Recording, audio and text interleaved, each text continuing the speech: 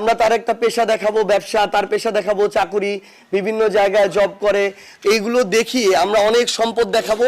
এবং আপনারা একটা জিনিস দেখে থাকবেন, প্রথম যে সম্পদটা দেখানো হয় ওইটার পর থেকে কিন্তু শুরু হয় এবং ওইটাকে একটা বৈধ হিসেবে দেখানো হয়। তো এইখানে অনেক সম্পদ দেখাবো, এরপরে ওইটা বৈধতা পাবে। আমরা চাইনি যে এই ধরনের মিথ্যা কোনো ধরনের কিছু সেখানে থাকুক।